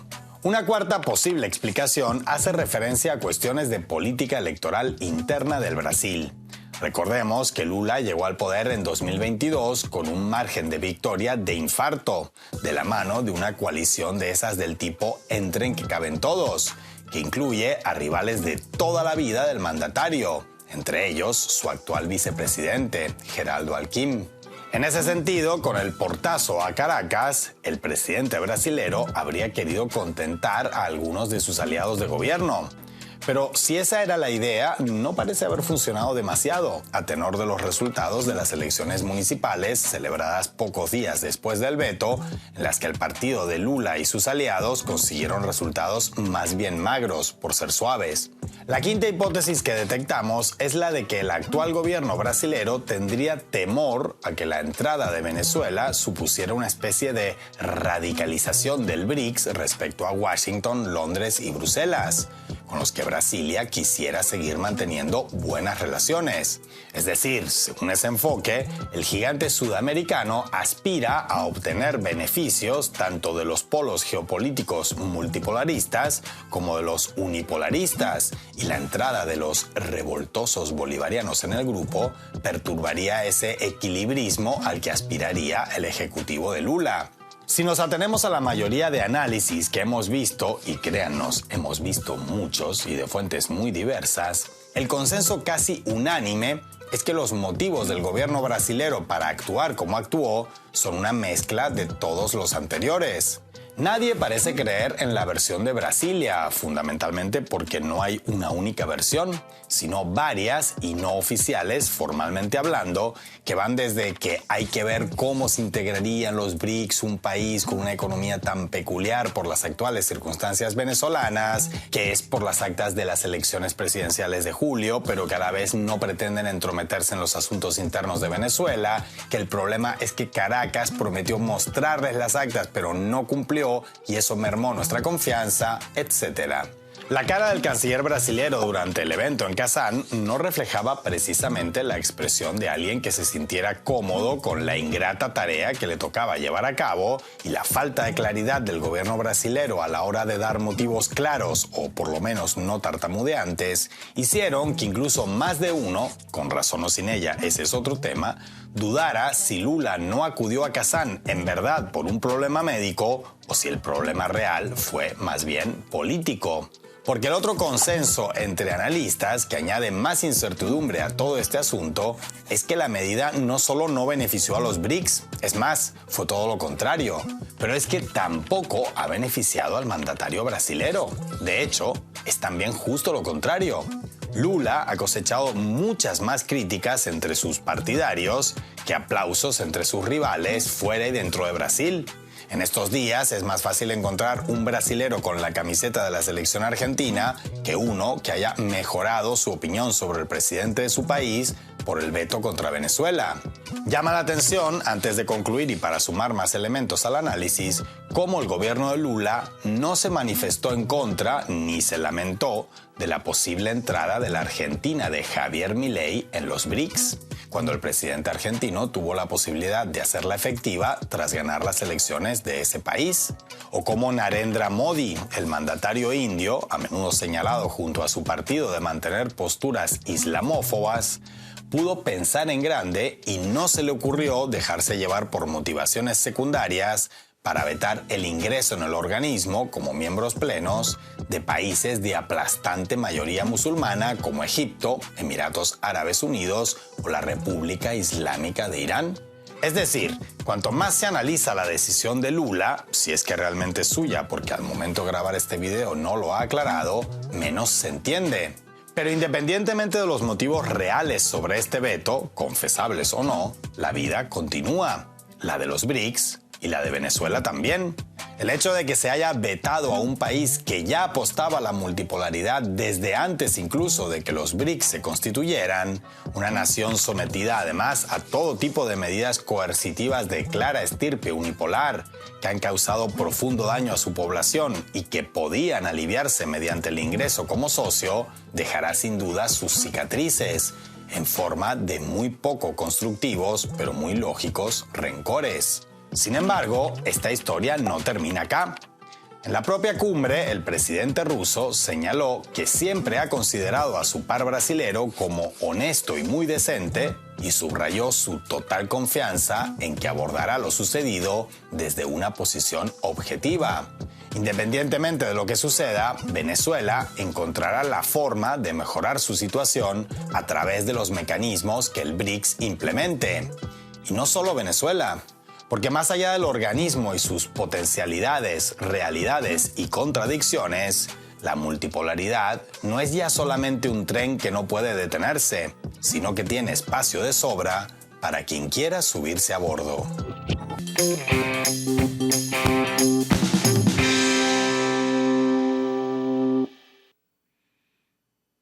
No hay ninguna explicación, ¿verdad, camarada? O sea, ¿para qué comentar si ahí Mirko dijo todo? ¿Eh? Fíjate, Mirko vive en Rusia. Mirko vive en Rusia. Por cierto, quiero hacer un comentario. Y a la amiga María Llorens. Efectivamente, todos estuvimos pendientes, estamos pendientes de lo que sucedió en Valencia, España, con la inundación. Ha ido creciendo la cantidad de desaparecidos, creciendo la cantidad de muertos. Y nos llama poderosamente la atención, es lamentable, pero hay que decirlo, que un presidente del gobierno español como Pedro Sánchez, ¿verdad?, que se preocupa tanto por el financiamiento del señor Zelensky y se preocupa tanto por aceptar y pagar, ¿verdad?, o mantener al fascismo más granado venezolano allá en Madrid, haya tardado tanto en prestarle ayuda a los valencianos en España. A esa ciudad que está en este momento, que tuvo que movilizarse el mismo pueblo para poder atender a los damnificados, atender a la gente. Extraño, ¿no? Hay que preguntarle al señor Pedro Sánchez qué forma de colocar en la balanza las ayudas hacia Ucrania, las ayudas hacia el fascismo más feroz y terrorista venezolano que está instalado allá y que, por supuesto, un hombre que se va supuestamente por asilado político tenga tanta libertad para seguir entrevistándose con los factores más fascistas, pues, empezando por Vox, luego yéndose con la Meloni a Italia y todo esto, ¿no? Porque según él dice que él se va a venir a juramentar el 10 de enero. Lo estamos esperando para ver en qué Narnia se va a juramentar, ¿no? Pero es indudable, y nuestro apoyo desde acá, es más, de hecho, el presidente Nicolás Maduro que dijo creo que fue en la misma entrega de equipos a la policía, a la Guardia Nacional y a Defensa Civil, dijo que Venezuela estaba capacitada y lista para ayudar a la ciudad de Valencia y a los damnificados y a la gente que está allá en esas condiciones. Entonces, un abrazo a todos. Tenemos trabajo, compadre. Yo el que decía que me iba a acostar temprano hoy, mire, estamos terminando el programa a la hora. Tenemos trabajo mañana, pasado, el martes, miércoles. Así que un abrazo a todos, los quiero mucho. Y el próximo martes, si es posible, escúchese bien porque vamos a estar en el Congreso Parlamentario, en el Foro Parlamentario Mundial Antifascista. Si es posible, saldremos a hacer el programa. Un abrazo a todos.